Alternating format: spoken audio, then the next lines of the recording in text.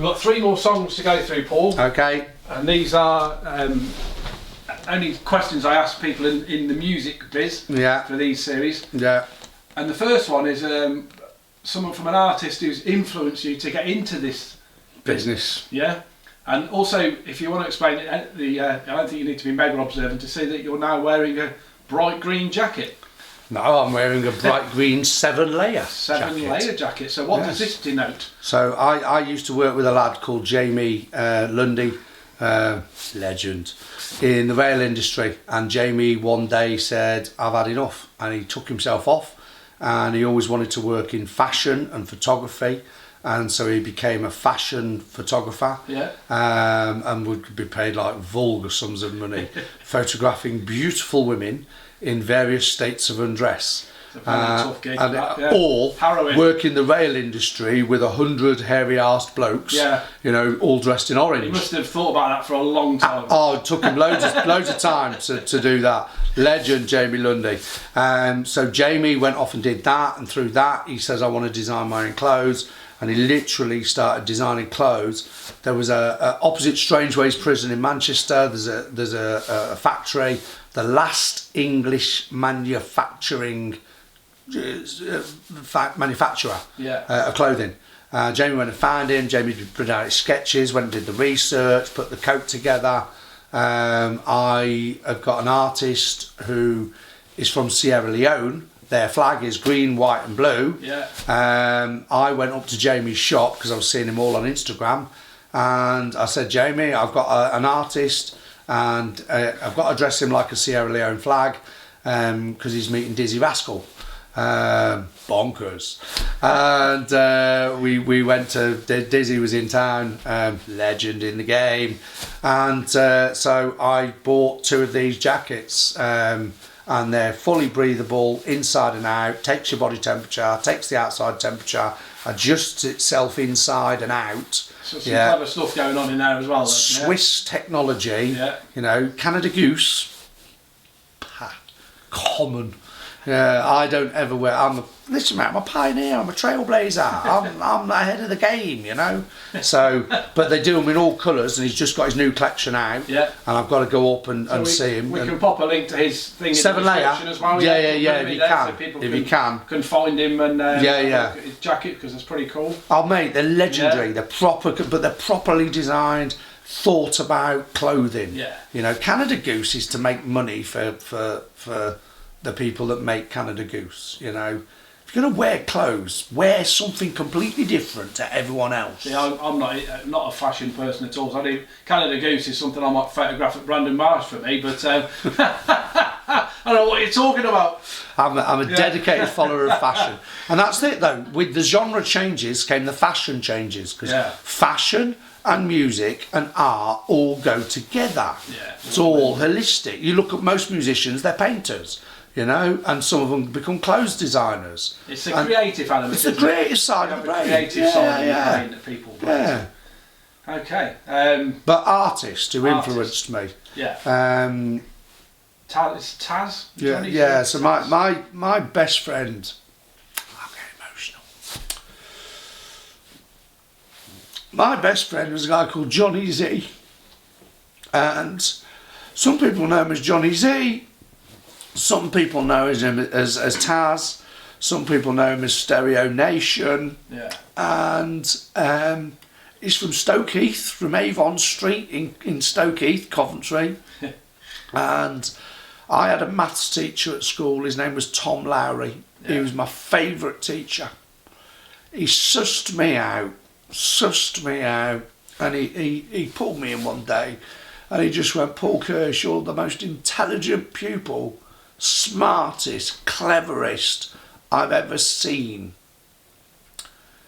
and yet you still insist on entertaining the whole school and all your classmates every day, from the minute you're here to the minute you go to school. And as your maths teacher, I'm not going to let you fail. You're going to sit in front of me on your own, nobody in front of you, and I'm going to make you pass your O-level. And he did, and it's the only O-level I left school with. Only O-level. And what happens is, another friend of mine, Charlie Anderson from the Selector, Red Dread. Charlie and Neville Staple from the Specials are living together in a flat. They have a leak. They go out searching for something to fix the leak, a bit of plumbing. It's a tiny little piece of plumbing. Yeah. They pull up outside a builder's merchants in Avon Street, Stoke Heath, and they hear from inside, like a bat out of hell, I've been gone with the morning come. Do, do, do, do, do, do, do, do. They turn the stereo off and they're like, can you hear that? And they're like, yeah. They go inside, 15-year-old kid, you're right, lads, what can I get you? And they're like, we need one of these. And he says, yeah, sure. He goes away, comes back, that'll be 27p, lads. And they said, why'd you turn the radio off? And he went, oh, it weren't radio, mate, it was me. And they said, what? He said, it was me singing. And they're like, nah. Looking, Charlie and Nev looking at each other like, nah. And like, obviously, they've been in the Specials and the Selector. They're like, nah. And he says, he was. And they said, go on then, sing again. And he's like, well, what do you want me to sing? And they said, well, anything. So he's there again. Like a bat out of hell, I've been gone in the morning caps. And then he sings, sure. And they're both looking at each other and they're like, you're going to be a star kid. Yeah. Like Gino Washington said to Ian Brown, you're going to be a star kid. They said, what do you do? He says, well, I work here for me dad, like, but I'm a singer. I go down a recording studio and I sing. And they said, do you want to come down our recording studio? And he was like, yeah, right. And they said, what time do you finish? And they took him down the studio. They recorded 8 tracks. Tom Lowry, my maths teacher, love you, Tom, for sticking with me, I love you, produced and recorded Taz's first album, Hit the Deck. From that album is a song called Nachangi Sari Rai. Okay, and basically translates to, we're going to dance all night. Obviously, Northern Soul, we're going to dance all night. You know, and from if I go to any do, first on the dance floor, last off it. I'm dancing all night. Yeah. Raves, first on the dance floor, last off it. Obviously, times you know, experience things. And but even at 56, last week at Keele University for Alex MC Energy's do with Amnesia House. First on the dance floor, last off it, and dance all night, you know, take 5 or 6, 7 different t-shirts each time they get soaking, dry myself off, put another t-shirt on. Yeah, but so Charlie and Neville discovered Taz, managed his career. I got introduced to Taz. I knew Taz from around town, but I met him 15 years ago when Charlie put a concert on, and he flew out to India, performed, flew back from India just to come and perform at Charlie's concert because Charlie and Neville had discovered him. Walks in as if he's just come off for the set of The Matrix, full length black leather coat, mirrored shades. He's got the mirrored shades on. I'm at the back, so he's come out like this, literally. He's walked in with a black leather coat on. And he's like, all right, mate. And I says, yeah, that'll be 20 quid, mate. He says, no, I'm on the guest list. So he's hit me on the guest list, like half of Coventry's on the guest list. And then Charlie Anderson's on the stage and he spots him and he's like, and now live, direct from India, Johnny Z. And I'm like, who the dick's Johnny Z? Yeah, where's he? And he's like, can you hold this, mate? And he just walks up on stage. Goes up on stage, not rehearsed anything, not told the band, said, follow my lead. And he's like, what we need now is love. We need more love. And he stole the show. Stole the show. Afterwards, I've done myself in, mate. I've lost a load of money. I'm depressed. And Johnny came and seen me. And he said to me, you know, I want you to be my manager. And I'm like, what? He says, I want you to be my manager. Now, Johnny had been managed by John Martin, who managed Fine Young Cannibals and everything, like legendary guy, music manager, you know. And he'd had Neville Staple and Charlie Anderson were managing him. And he's like coming to me with me 1 O level, my GCSE, my 25 metre swimming badge, Don't underplay the 25 metre. Never underplay the under 20. Means you can swim underwater as well. You that's know, what really matters. Means you can get black bricks from the bottom of the pool. Yeah, I'm always losing bricks in pools. You know? It's a regular occurrence on a daily basis. And so literally, he came and asked me to be his manager, and I was like, listen, mate, I can't be a manager. He's like, you know everybody. I was like, well, yes, I'm Irish Roman Catholic. You get things done. You know, we were talking about being driven, and I was like, well, I've done a few things, you know. And I said, what is it you want? And he wrote down a list of things that he wanted, and we just started working on them. And every Saturday night, I'd go over to the studio in Catherine de Barnes, and we'd go in the studio, he'd cook a curry, we'd have a dinner with Mark and what have you, and we'd have a party. And he loved inviting everyone to his house. He was a brilliant host, right? And he loved inviting everybody to his house, and we'd go in the studios, nice settee in there, a little bit like Tom Jones when he went to Elvis's in the Jungle Room, you know, and because he had a zebra settee, you know, in the studio, so it felt like you were in the Jungle Room, you know, with Taz rather than with Elvis. And he'd be like, have I played you this? And he'd play something, and it's obviously studio sound and everything, and I would literally be in the settee, just be like, mate, that is like legendary. And, you know, doing that black thing I can't do, you know. Mate, the school used to have to do that, and I think his hands are probably ruined now. Yeah, but I have to use the other finger. Yeah, because I can't do it. Yeah. Inside I is a black man. And that's what I used to say to everybody. I use black man inside. Yeah, we just started doing stuff and making music and everything. But Taz's #1 song, and you can play it to anybody who understands Punjabi or Hindu. Nachangi Sari Rai. It's all about a wedding song, and it's We're Gonna Dance All Night. I can guarantee you that song will be played tonight at an Indian wedding somewhere. Yeah. The song is 30 odd years old, and it was #1 in the Asian pop charts for 36 weeks. Wow, that makes Brian Adams look like an amateur, doesn't it? Don't you diss Badums. I was with Badums the other week down at the Royal Albert. What, 16 weeks, eh? 16 weeks, yeah. It was literally #1 for 36 weeks. Wow. And Taz became a huge star. Yeah. And I miss him so much, so much. Good guy. 19 albums and 17 went platinum. Yeah. Or multi-platinum. Toured all around the world, played to 150,000 people in the Toronto Blue Jays Stadium with CN Tower overlooking it, 2 nights of 75,000 people. Yeah. Can you imagine that, right? You're a kid from Avon Street in Stoke Heath. 2 black blokes have walked in, discovered you. You're in the little hardware store, selling your art out. You're selling your art out. I'll tell you another story about him if we had time, but maybe another time. Yeah, we'll perhaps bring us back on and we'll talk about Taz. Yeah. On a few particular Taz. points. Yeah. And, well, I'll tell you what, Charlie and Neville are here in July. Yeah. So Charlie Anderson's flying back in from Negril, Jamaica. Yeah. Neville's obviously recovering and recuperating down in London.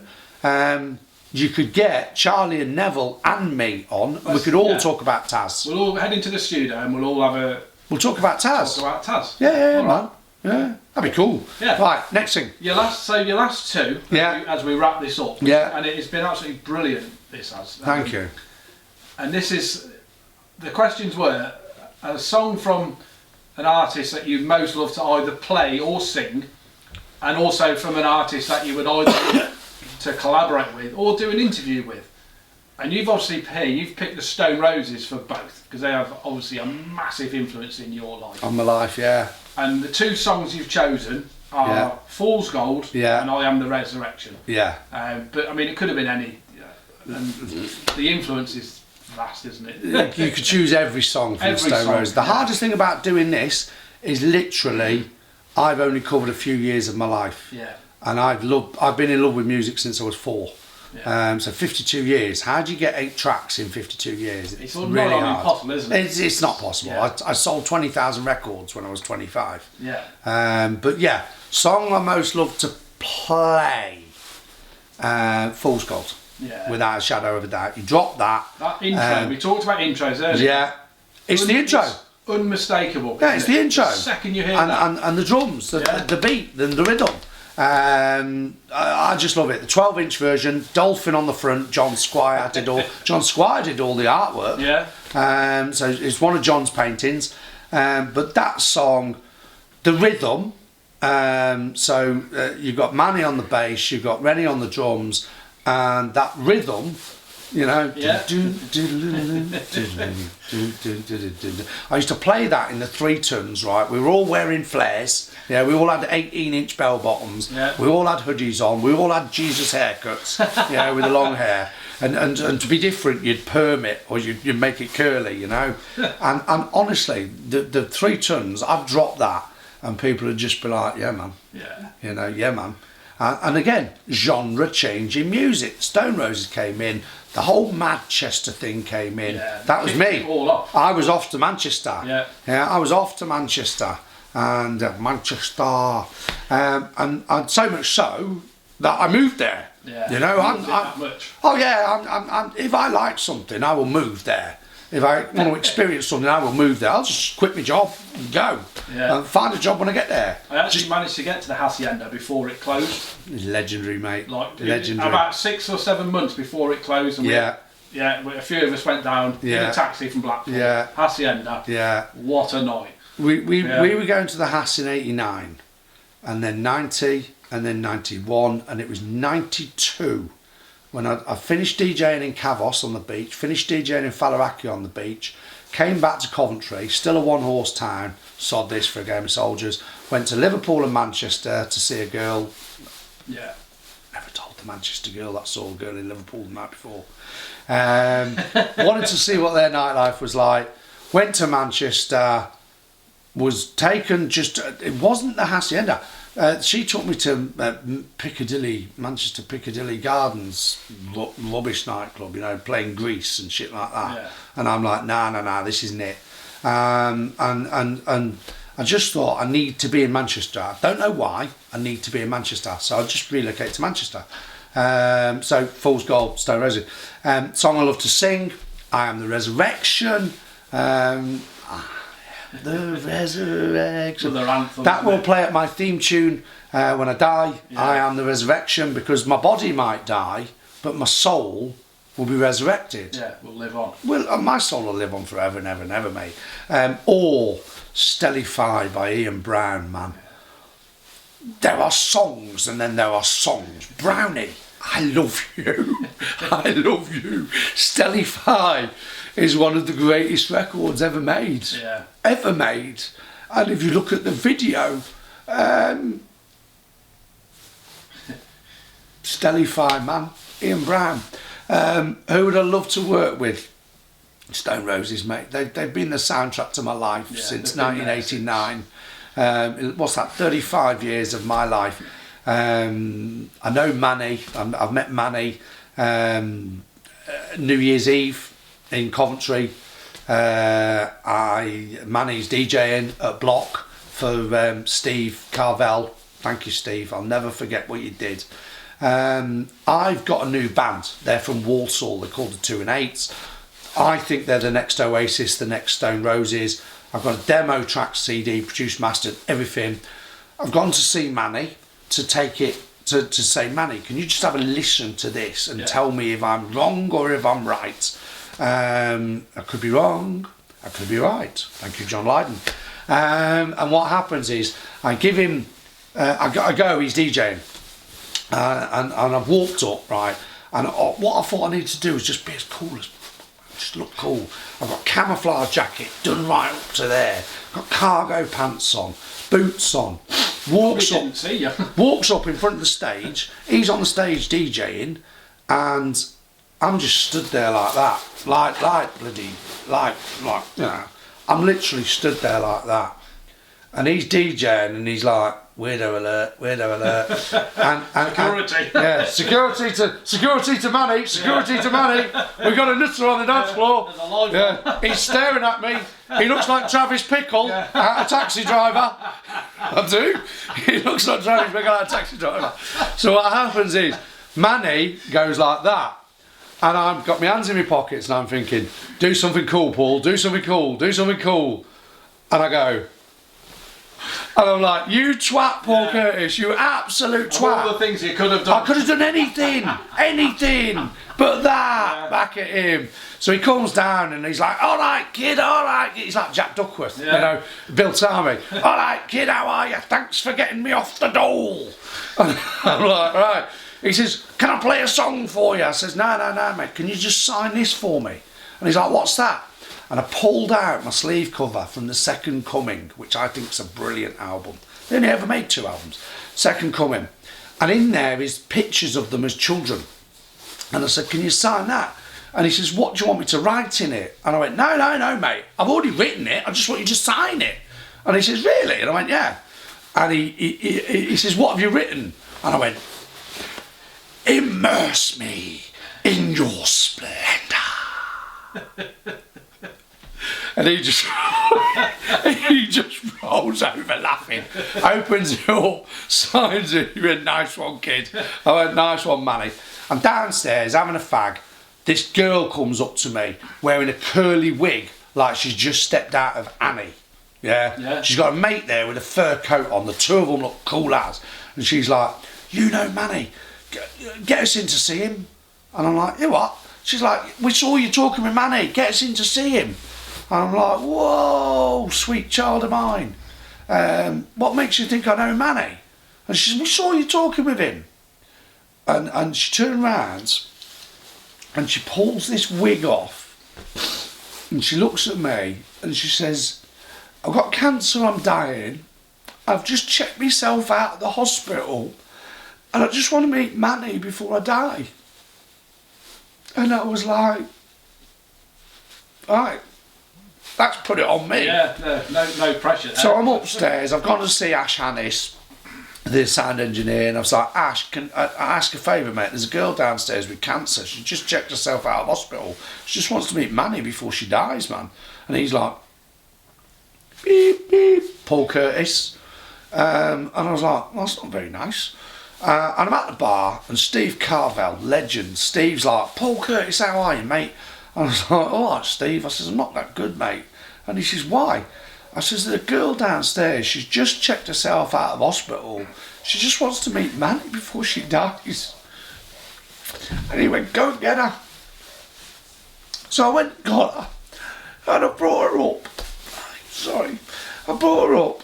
And her whole entourage has followed her. There's about 8 people. And I'm like, no, this ain't how it works, girls. And he says, Paula, this is Steve, he owns the club. And he went, have you checked yourself out of hospital with cancer? Because you want to meet Manny? And she went, yeah. He went, follow me. And he walked us straight up to the red carpet with the doorman, like your mate, the weightlifter fella. What's his name? Your weightlifting. The strongman guy. Yeah. Eddie Hall. Eddie Hall. The guy was like Eddie Hall. It's like a door frame. But Steve owns the club, so the guy pulls the red rope. Steve goes up, goes in the door. Manny sat down on the settee like this with his mate, his driver. And Steve goes over to see him and says, Manny, there's a girl over there, mate. She's dying of cancer. She's checked herself out of the hospital just because she wants to meet you. And he's like, where? Like Jack Duckworth, tape on his glasses. Where is she?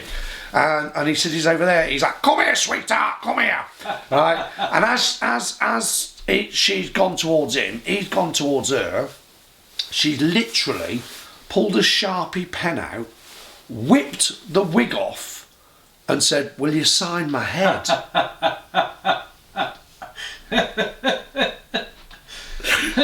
Manny, of course I will, sweetheart. Yeah, thanks for getting me off the dole, kid. Thanks for getting me off the dole.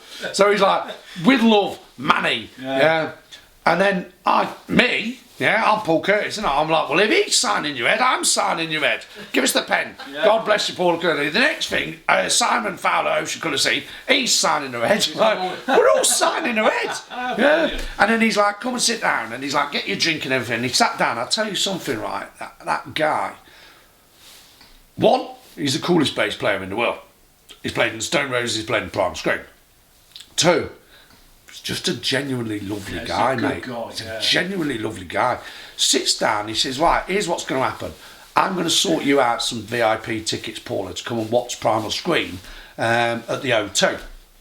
So she's like, well, that's fantastic. She says, I'll sort it all out with Paul.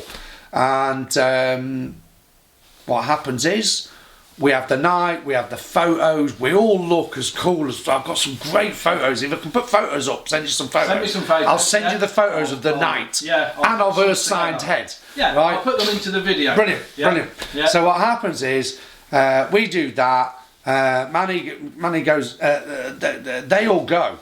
Steve then says to me, do you want to come up on the roof, Paul? And I'm like, yeah, I'll just follow anybody. So Steve Carvel, me, Manny, go up on the roof of block, right? It's New Year's Eve. We're looking up. There's not a cloud in the sky. The cloud is full of stars. We're looking up at the stars. And me and Manny are talking about darts. Because I've got some Eric Bristow signed dart. No, John Lowe. I've got some John Lowe signed flights. And we're talking about darts. Manny loves darts. So we're talking about darts, right? And we have a great crack. And he says, I'll sort the tickets out for that girl, Paul. Anyway, 2 months later, Paula's not doing well, man. She's struggling. And so I rings the agent up and I just said, listen, she any chance we can meet you at Birmingham O2? Yeah. She ain't going to make London. And Manny's like, yeah, no problem. We'll sort it out. He put us down for like 8 tickets, right? And I've got Paula, I've got a mate Pidge, I've got Debbie. So like I've got the Mercs. Yeah. I'm like Charlie's Angels, mate. You know what I mean? I've rocked up with 3 of the most gorgeous girls in Coventry to the O2. We've gone in. We're on the guest list. We're straight at the front, right? Yeah. Manny, legend, Caesar, and does that. So there I am again. Oh, Manny. Got this, mate. Yeah. and honestly, Bobby Gillespie that night, I love you, Bobby Gillespie. Not only are you the coolest man in music, clothes-wise, that Primal Scream, Screamadelica, after the Stone Roses 2 albums, is my 3rd favourite album in the world. But Bobby Gillespie, you just bring it, man. And obviously, Manny was playing bass for you at the time, and I'm pretty sure Andrew Innes was still there, but it was a great concert. Yeah. Here's the kicker though to the story, right? Obviously we took Paula and everything. She had a legendary night. I'm walking down the canal basin the other day, and there's a canal boat and they're playing some tunes, and obviously I've got my shades on. You know, I've got me suit on. I've got my business suit on, and I just say, "Oh, nice tunes, man." And because I've shaved my hair, I'm a bit different. And she went, "Is that Paul Curtis?" And I went, "Yeah, it is." She went, "It's Paula." And I was like, "What?" And she says, "Paula Connolly." Really? And I was like, "No way!" 14 years later. Right, still alive. Fantastic. Yeah. Obviously, her hair is short now. Yeah. But she's healthy. Oh, good. Love you, Manny. Yeah. Love you, man. We're gonna ever forget. Yeah. That's it, mate. Yeah, we're That's it. there. But we will reconvene for another episode. I got loads more stories for you, mate. Loads more stories. Thank you so much for having us on. Fantastic, yeah. If you people want to know anything, Coventry Soul 113. Yeah. Face, Insta, Twitter, TikTok, YouTube, Snapchat, Whack. It's everywhere. Give the dog a bone back. Smoke signal. It's all there. Yeah. Thank you very much, Paul. All right, mate. It's a pleasure. Thank you so much. Cheers, buddy. Yeah.